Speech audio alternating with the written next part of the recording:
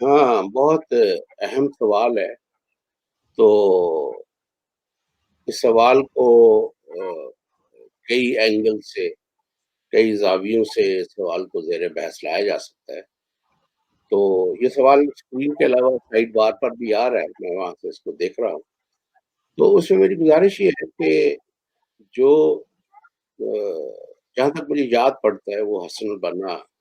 مرحوم کا ہی ایک مقولہ تھا جو میں نے سنا۔ ہمارے دوست تو اب آئے ہیں نا، ماشاء اللہ۔ وعلیکم السلام عاقب صاحب۔ تو حسن البنا صاحب نے ایک بہت دلچسپ مقولہ ان کے نام سے، ان کے ریفرنس سے میں نے پڑھا تھا۔ اگر میری بات مجھ سے غلطی ہو تو اللہ مجھے معاف فرمائے۔ تو وہ کہیں یورپ کے وزٹ پر گئے تو انہوں نے کہا کہ جب میں یورپ پہنچا، شاید انگلینڈ گئے تھے، تو انہوں نے کہا کہ میں نے یہاں دیکھا کہ یہاں اسلام ہے اور مسلمان نہیں ہے، اور جب میں واپس مصر آیا تو میں نے دیکھا کہ وہاں مسلمان ہیں اور اسلام نہیں ہے۔ یہ جو ایک اپروچ ہے اصل میں، مسلم مائنڈ جس شخص مردگی کا، جس سنویت کا، جس عقلی انحطاط کا شکار ہے، اس کا براہ راست کرنے کے بغیر ہم کسی تہذیبی سفر کا آغاز نہیں کر سکتے۔ اب یہ بات جو اس سوال میں کہی گئی ہے کہ مسلمانوں میں بالعموم جو ہے وہ یہ کہا جاتا ہے کہ مغرب نے ساری سائنس جو ہے وہ خود سے نکالی ہے۔ اب اس سوال کو کس طریقے سے اس کو ہینڈل کیا جائے، یعنی اس سوال کا سامنا کس طریقے سے کیا جائے، یہ گزشتہ 200 سالوں کا ایک بہت بڑا مسئلہ ہے۔ مسلمان جو ہے وہ اس بات پر کنونسڈ ہے کہ مغرب نے جو ترقی کی ہے، مغرب کی جو تہذیبی بنیادیں ہیں، وہ انہوں نے قرآن مجید سے حاصل کی ہیں۔ اس کا سب سے اچھا طریقہ یہ ہے کہ ہم اس مفروضے کو درست مان لیتے ہیں۔ اس مفروضے کو درست ماننے کے بعد جو اس کے واقعات ہیں یا اس کے جو نتائج ہیں، پھر ہمیں وہ بھی تسلیم کرنا پڑیں گے۔ ہم فرض کر لیتے ہیں کہ مغرب نے اپنی تہذیب کی بنیادیں، سائنس کی بنیاد، کیونکہ اس تہذیب کی بنیاد جو ہے وہ سائنٹیفک ہے یا سائنس پر استوار ہے۔ اس نے جو سب سے بڑا علم پیدا کیا ہے، جس کی وجہ سے جو اس کی طاقت کا، جو اس کے کلچر کا، جو اس کے اداروں کا منبع ہے یا سورس ہے، وہ بنیادی طور پر سائنس ہے۔ ہم اگر یہ فرض کر لیں کہ انہوں نے قرآن مجید سے ہی سارا کچھ اخذ کیا ہے، انہوں نے اپنے تہذیبی اصول، اپنے علم کے بنیادی اصول اور اپنی رہن سہن کے، اخلاقیات کے، اپنی اجتماعیت کے بنیادی اصول جو ہیں وہ قرآن مجید سے حاصل کیے ہیں۔ اگر ہم اس بات کو درست تسلیم کر لیں تو پھر سوال یہ پیدا ہوتا ہے کہ اپنے آپ کو مکمل طور پر ماڈرنائز کر لیں، کیا رکاوٹ ہے؟ پھر ہمیں اپنے معاشروں کو، اگر ہم اس بات کو دیانتداری سے درست سمجھتے ہیں، تو پھر ہمیں چاہیے کہ ہم اپنے اداروں کو، اپنے معاشروں کو، یا ان کی جو ادارہ جاتی ترتیب ہے، اپنے علم کی تشکیل ہے، اپنی اخلاقیات ہے، اپنے اجتماعی ادارے ہیں، اپنے سیاسی ادارے ہیں، ان سب کی تشکیل جو ہے ہم ان اصولوں پر کر لیں جن اصولوں پر مغربی تہذیب استوار ہے۔ یہ جو ہے، یہ چیز جب ہم اس سوال پر آتے ہیں، پھر مغرب پر براہ راست تنقید شروع ہے۔ مثال کے طور پر ان کا جو سیاسی نظام ہے، سیاسی نظام کی بنیادی ترین قدر یہ ہے کہ انسان جو ہے وہ ساورن ہے۔ ساورن ہونے کا مطلب یہ ہے کہ یعنی ساورینٹی کا جو تصور ہے، یہ سیاسی تصور بھی ہے اور اخلاقی اس کی معنویت بھی ہے۔ جدید فرد کی جو لبرل فریڈم کا تصور ہے، وہ بنیادی طور پر تو اسی ساورینٹی سے پیدا ہوا ہے۔ اگر ہم یعنی مغرب کے سیاسی نظام کی بنیاد ساورینٹی ہے، اور ساورینٹی یعنی خود مختاری کا تصور جو ہے، مغربی سیاسی خود مختاری کا یا ریاست کی خود مختاری کا تصور جو ہے، وہ ہمارے عقیدے سے براہ راست ٹکراؤ رکھتا ہے۔ اسی لیے تو ہم نے آئین میں یہ شق داخل کی کہ جو حاکمیت اعلیٰ ہے وہ یعنی ساورن جو ہے وہ اللہ تعالیٰ ہے، یعنی پاکستانی آئین میں یہ شق کیوں داخل کی گئی؟ اس لیے کہ ایک بالکل پسماندہ ذہنیت کا آدمی بھی یہ سمجھتا ہے کہ ساورنٹی کا تصور جو ہے وہ مذہبی عقیدے سے بالکل متضاد ہے۔ دوسری بات یہ ہے کہ ان کا جو معاشی نظام ہے اس کی بنیاد سود پر ہے، یعنی یہ کیسی تہذیب ہے اور یہ کیسا علم ہے اور یہ قرآن کی کون سی ایسی تعبیر ہے کہ انہوں نے قرآن مجید سے جو چیز حاصل کی وہ ساورنٹی تھی انسان کی، اور معاشی نظام کے لیے جو چیز حاصل کی ہے وہ سود تھا۔ تو اگر ہم جو قرآن مجید کا ایک ادنا سے ادنا طالب علم ہے وہ بھی ان دو چیزوں کو کسی طرح بھی جو ہے وہ اپنے ایمان کے ساتھ مطابقت ان کی نہیں پاتا، اور اگر ہم یہ سمجھتے ہیں کہ مغرب نے سارے اصول اور جو ساری چیزیں ہیں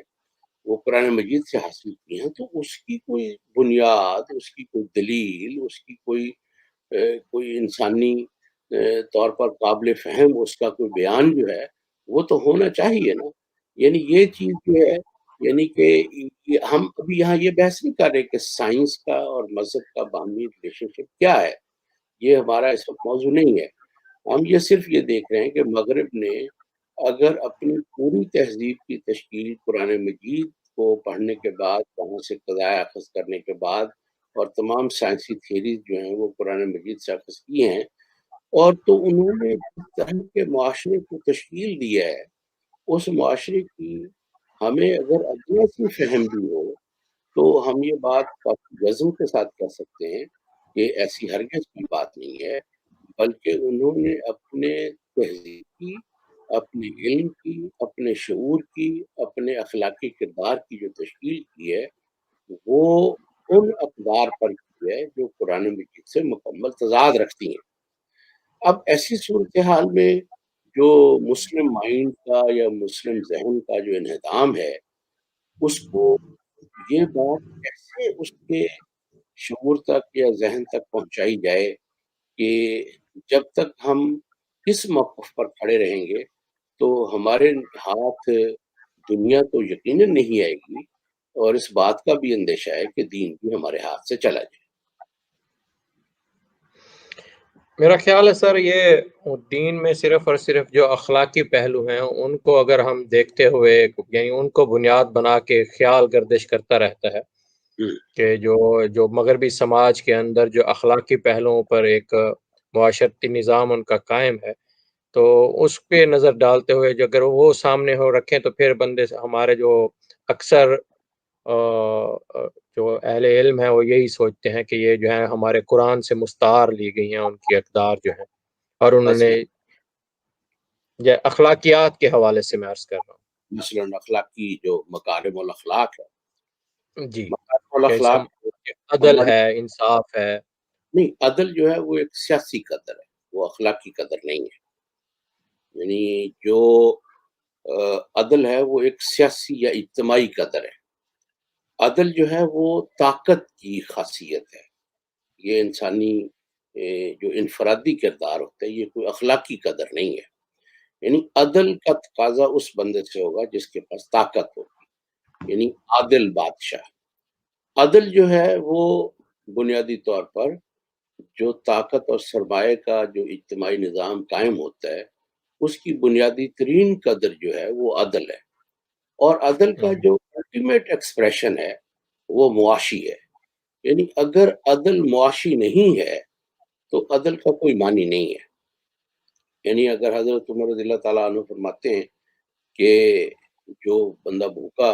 اگر کوئی مر گیا یا کتا بھی کوئی پیاسا مر گیا تو اس کے لیے بھی میری جواب دہی ہے، تو یہ جو ایک عدل کا ایک شدید احساس ہے ہمارے حکمرانوں میں یا ہماری تاریخی روایت میں، یہ اس کا ایکسپریشن ہے۔ یہ حسین احمد صاحب نے مزید آگے ایک سوال کیا ہے کہ عہد جدید میں کیا صرف علمی چیلنج ہے؟ روحانی اور سیاسی طور پر غلبہ کیا صرف علمی تفوق سے مشروط ہے؟ اگر صرف علمی چیلنج ہو تو علم کا سیاست سے جو اٹوٹ رشتہ ہے ہم اسے کیسے مینج کریں گے؟ اصل میں نا علم کے بارے میں جو انہوں نے جو سوال اٹھایا اس میں ایک بہت بنیادی بات ہے، وہ یہ ہے کہ طاقت اور جو سرمایہ کی جو بنیادی اقدار ہے آج آج کی دنیا میں، سرمایہ اور طاقت جس چیز کا بھی نام ہے، ہم اس کی تفصیل میں ابھی نہیں جاتے، تو ان کے لیے جو علم ہے وہ ایک لابودی شرط کی حیثیت رکھتا ہے۔ یعنی آج طاقت اور سرمایہ کے وسائل تک رسائی علم کے بغیر ممکن نہیں ہے۔ یعنی علم یہ جو نیچر ہے، جو مادی وسائل کا منبع ہے، مادی وسائل کے جو منابع ہیں ان تک رسائی جو ہے وہ علم کے ذریعے سے حاصل ہو سکتی ہے۔ مادی فطرت کے منابع تک ایسی رسائی جو ہمیں سرمایہ اور طاقت فراہم کر دے وہ علم کے بغیر ممکن نہیں ہے۔ تو اس لیے آج کے عہد میں جو جو علم ہے وہ طاقت اور سرمایہ کے حصول کی ایک بنیادی شرط بن چکی ہے۔ تو بطور مسلمان علم کی صرف اسی معنویت سے ہمیں اختلاف ہے۔ ہمارا موقف یہ ہے کہ علم کا اول رشتہ جو ہے وہ بنیادی طور پر اقدار سے ہے، یعنی کہ اگر علم اقدار حق کے تابع نہیں ہے، اگر علم کے سوتے حق کی اقدار سے نہیں ٹوٹتے تو وہ علم شیطنت ہے۔ یعنی اس میں ہماری جو روایت ہے اس میں قرآن مجید میں ایسے علماء کی جو شدید ذمت کی گئی انہیں کتے سے تشبیہ دی گئی ہے جو احوا اور دنیا داری کا شکار ہو جاتے ہیں۔ مغرب کی جو مذہبی روایت ہے اس میں بالعم باورہ کی جو روایت ہے، اور جدید مغرب کے بالکل سرے پر جو ڈاکٹر فاؤسٹس کی روایت ہے اور اس میں علم کی جو معنویت لی گئی ہے، اس حوالے سے میرا خیال ہے ہمیں مغربی تہذیب کو دیکھنے کی ضرورت ہے کہ وہاں علم کی معنویت میں کیا تبدیلی آئی اور علم کو انہوں نے اپنی احوا اور دنیا کے مقاصد کی کس طرح سے تابع کر دیا۔ جب میں یہ گزارش کرنے کی کوشش کرتا ہوں کہ ہمیں نئے علم کی ضرورت سامنے لانا ہے، نیا علم پیدا کرنے کی ضرورت ہے، اس میں علم کے حوالے سے جدید علم نے انسان کو جس صورتحال سے دوچار کر دیا ہے، تو یہ مسلمانوں کی تہذیبی اور دینی ذمہ داری ہے کہ وہ علم کا ایک متبادل تصور سامنے لائیں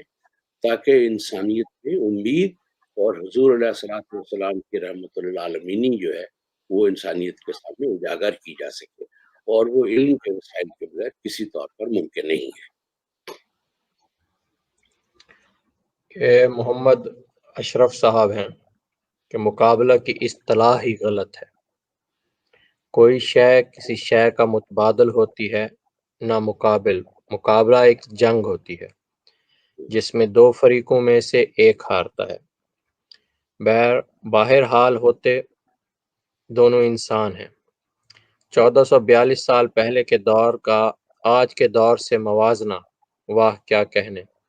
تو اس حوالے سے آپ ذرا فرمائیے کہ موازنہ یا مقابلہ۔ اصل میں ہم نے یہاں کسی ایک دور کا کسی دوسرے دور سے کوئی موازنہ نہیں کیا۔ ہم جس پوزیشن سے اپنی کوئی گزارش دوستوں تک پہنچانے کی کوشش کرتے ہیں وہ یہ ہے سر کہ میں معذرت چاہوں گا، آپ کی بات درمیان میں کاٹ رہا ہوں۔ اصل میں میں چاہوں گا کہ اس کے اوپر آپ تھوڑی سی بات کیجئے، کیونکہ یہ بھی ایک فکر عام ہے کہ جو ایک تاریخی واقعات ہیں، اور جب ہم ایک اپنی تہذیبی روایات کی بات کرتے ہیں، اپنے تشخص کی بات کرتے ہیں، تو یہ چیز اس طرح کی ایک فکر سامنے آتی ہے۔ تو بیسیکلی میں جو ہے نا وہ اس کی طرف آپ کا آپ کی توجہ مبذول کروانا چاہوں گا کہ اس اشرف کو صاحب تھوڑا سا دیکھیے اور اس کو تھوڑا سا جو ہے تفصیلی بیان کیجیے۔ اشرف صاحب کے ہم شکر گزار ہیں کہ انہوں نے سالوں کا حساب بڑا درست لگایا ہے۔